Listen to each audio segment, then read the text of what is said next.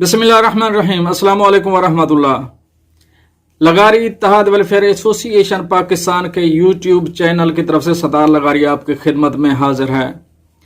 मोहतरम नाजरीन, यहाँ लगारी इत्तेहाद का नाम चैनल का रखा गया है, लेकिन यहाँ आपको लगारी इत्तेहाद के अलावा मुख्तलिफ दोस्तों के, मुख्तलिफ सियासी रहनुमाओं के, मुख्तलिफ दूसरे नुमाया कारकर्दगी दिखाने वाले, किसी भी शोबे से ताल्लुक रखने वाले हैं, आपको यहाँ इंटरव्यू मिलेंगे।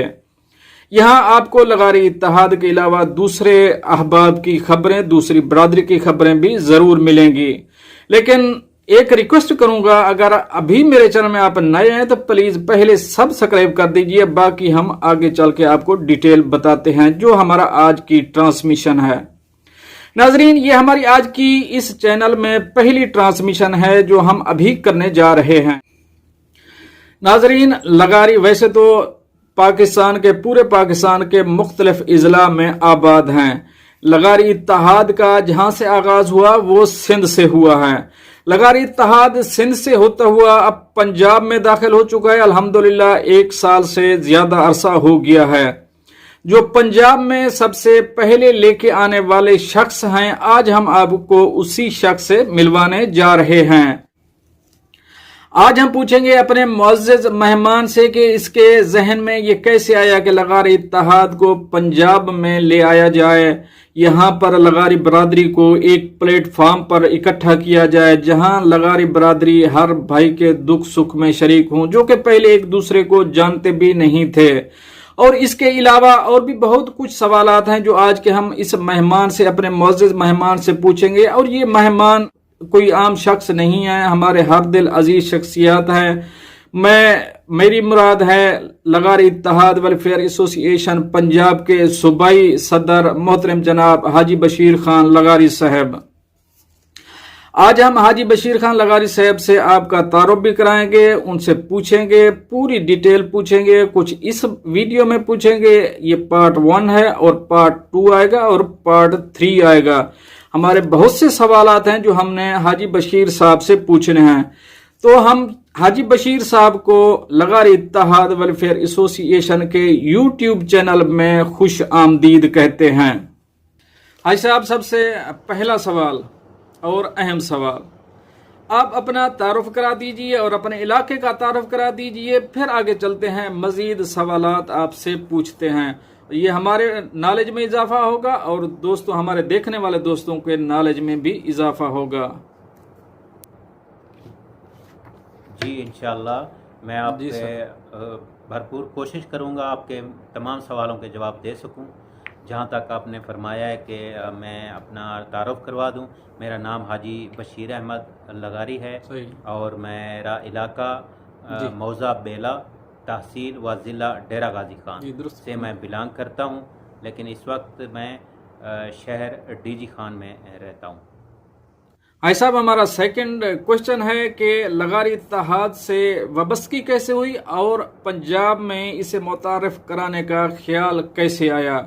आपको किसी ने बताया है या सिंध की तरफ से आपको पैगाम मिला, या आपने अपने अंदर से जोश है आपको, आपने सोचा देखा, शायद मुख्तलिफ टुकड़ों में बैठे हुए हैं तो आपके जहन में ये ख्याल आया, यानी कि इनको मैं इकट्ठा करूं, कैसे करूं, क्या तरतीब करूं?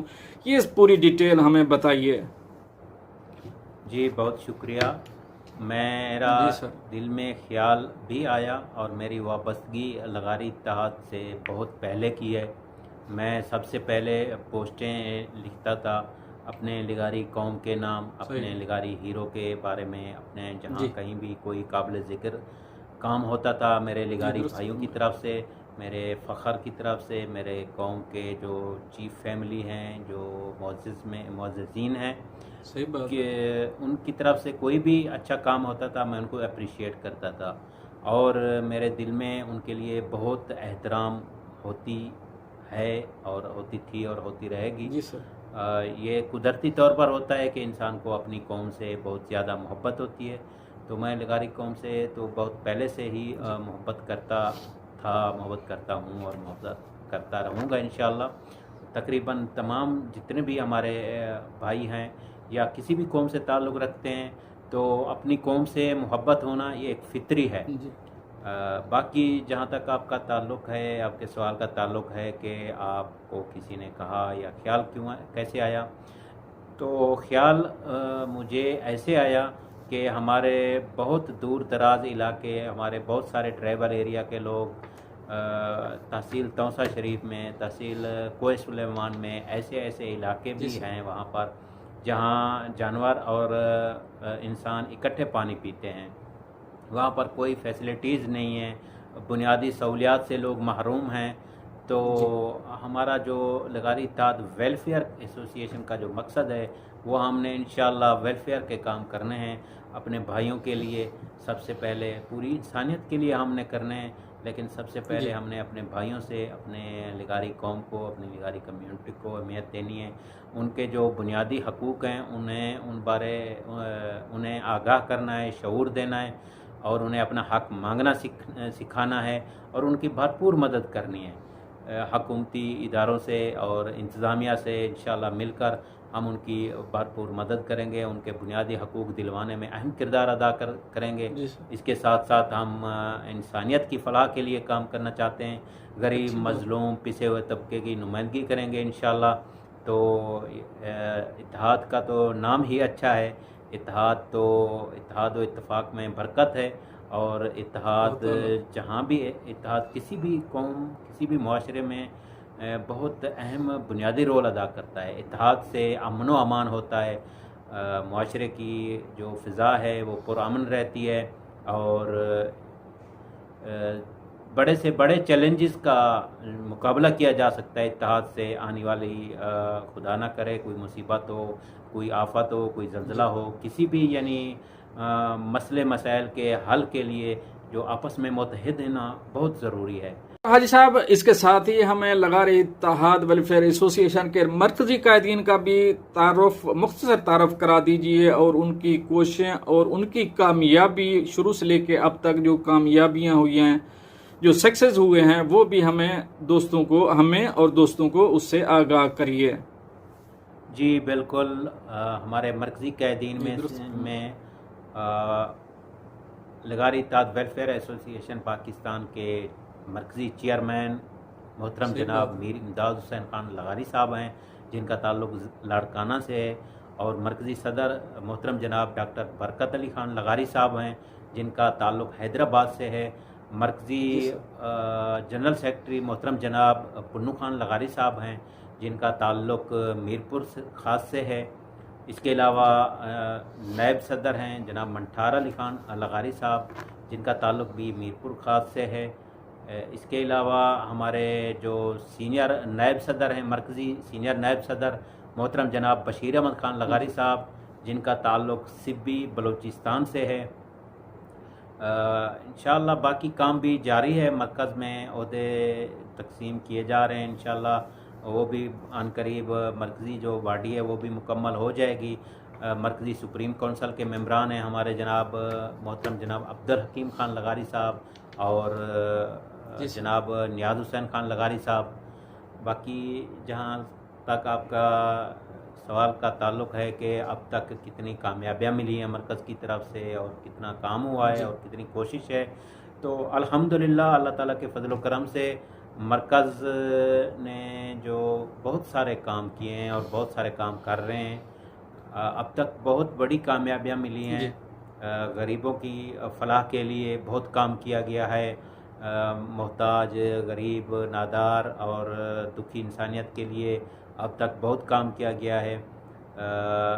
मेरी आपको याद होगा जब एक रोशन अली वल्द साजिद अली बीमार हुए, उनका ऑपरेशन होना था, तो उनके पास तो खाने के पैसे तक नहीं थे, बहुत गरीब थे बेचारे, 2 वक्त की रोटी नहीं थी उनके पास। तो जब ये बात लगारी इत्तेहाद के नोटिस में आई कि हमारा एक लगारी भाई है, एक हमारा लगारी भाई का एक बेटा है जो बीमार है, तो उनका ऑपरेशन होना है, उनके पास पैसे नहीं है, वो बिस्तर पर पड़ा है, तो अल्हम्दुलिल्लाह हमारे जब कैदीन के नोटिस में ये बात आई तो तमाम हमारे लगारी इत्तेहाद वेलफेयर एसोसिएशन पाकिस्तान की तमाम क़ियादत और वहाँ के मकामी हमारी लगारी कम्युनिटी ने भरपूर और मुकम्मल साथ दिया। उन्हें हस्पताल दाखिल कराया, उनका इलाज किया, उनके ऑपरेशन का ख़र्च बर्दाश्त किया और अल्हम्दुलिल्लाह आज वो सेहतयाब हैं और दुआएं देते हैं। इसके अलावा सिंध में अक्सर औकात झगड़े और फसाद भी रहते हैं। छोटी मोटी बातों पर अपने कबीले और दूसरी कम्युनिटी के दरमियान जो रंजिशें हैं, जो नफ़रतें हैं, उनको ख़त्म करना और उनमें मोहब्बतें बांटना और उनमें सुलह सफाई का काम कराना अब तक बहुत बेशुमार काम किए गए हैं। बहुत पुरानी रंजिशों को ख़त्म कर दिया गया है। उन्हें आपस में भाईचारे की जो दर्स दिया गया है, आपस में भाई भाई बना दिया गया है। इसके अलावा कोई किसी झगड़े में एक झगड़ा हुआ था इधर टंडो गुलाम हैदर, तहसील टंडो गुलाम हैदर में मेरे ख्याल में, तो वहाँ पर ख़ास खेली बिरादरी बहुत पावर में थे। उन्होंने लगारी कम्युनिटी के 2 अफराद शहीद कर दिए और 3 ज़ख्मी हुए थे। ख़ास खेली बिरादरी जो है ना, वो जब हमलावर हुए तो वो बहुत पावरफुल थे क्योंकि उनका ताल्लुक़ था साबिक़ आईजी सिंध से और साबिक़ आईजी सिंध के वो मैनेजर थे, कारदार थे। तो ये यहाँ जो वहाँ के हमारे लगारी कम्युनिटी के भाई थे बहुत गरीब थे।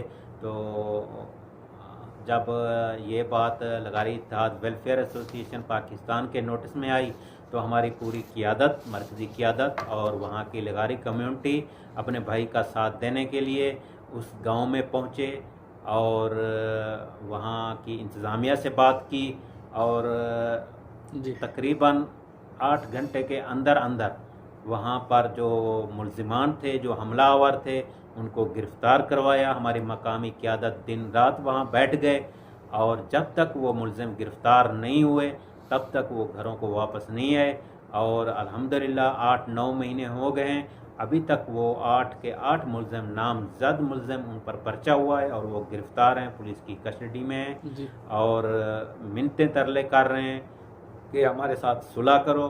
यही ख़ास केली बिरादरी पहले किसी की बात तक नहीं सुनते थे।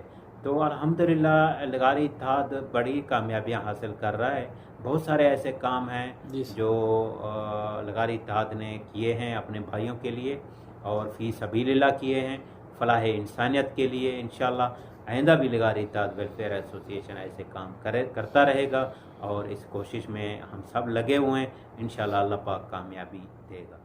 भाई साहब, नेक्स्ट क्वेश्चन हमारा, लगारी इत्तेहाद वेलफेयर एसोसिएशन के अगराज़ व मकासद क्या हैं? जो लगारी बरादरी मुख्तलिफ टुकड़ों में बटी हुई है और आपसी में बहुत से झगड़े हैं, तो क्या लगारी इत्तेहाद वेलफेयर एसोसिएशन के पास कोई ऐसा लाया अमल है कि इनके छोटे मोटे, बड़े झगड़े तो अलग बात है, लेकिन छोटे मोटे झगड़ों को ख़त्म करके इनमें भाईचारे की फ़िज़ा कायम की जाए? कोई ऐसा लाया अमल है तो ज़रूर अपने हमसे और अपने दोस्तों से ज़रूर शेयर करिए। जो आपने बात की है कि लगारी इत्तेहाद के अगराज़ व मकासद और रंजिशों को ख़त्म करने का क्या तरीका हो सकता है या क्या लाहे अमल है, तो लगारी इत्तेहाद वेलफेयर एसोसिएशन पाकिस्तान के जो अगराज़ व मकासद हैं वो वाज़े हैं। सबसे पहले हमने अपने भाइयों के साथ अपना लगारी कौम कबीले को मुतारफ़ कराना है, अपनी एक जो हमारी एक अलग शनाख्त है। अल्हम्दुलिल्लाह पूरे पाकिस्तान में हमारी लगारी कम्युनिटी कहीं भी आबाद हुए हैं, किसी रोज़गार सिलसिले में, दूर दराज इलाकों में, जहाँ कहीं भी रह रहे हैं, अल्हम्दुलिल्लाह अल्लाह ताला के फजल व करम से उन्होंने अपनी दियानत, शराफत और मेहनत से अपना एक मकाम बनाया है, एक पहचान बनाई है।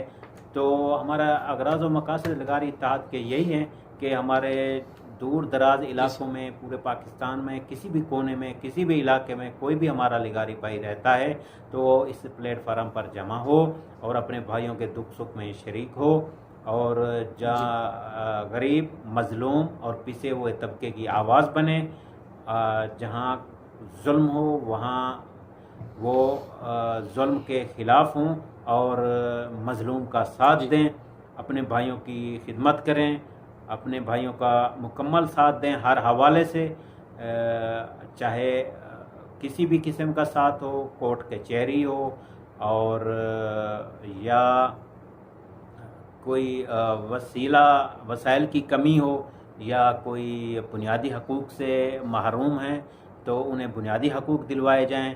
किसी को कोर्ट कचहरी में ज़रूरत है, किसी वकील की, किसी भी किसी डॉक्टर की, किसी इंतज़ामिया की कोई ताउन नहीं कर रहा, इंतज़ामिया वाले अफराद या हमारे सिक्योरिटी फोर्सेस या महकमा पुलिस वाले, यानी हर किस्म की मदद करना हमारे अगराज़ व मकासद में शामिल है। और जब हम ये अपने भाइयों की ये खिदमत करेंगे, मदद करेंगे, इसके साथ साथ हमारा जो अहम और बुनियादी जो मंशूर है हमारा, वो तालीम, अमन और सेहत।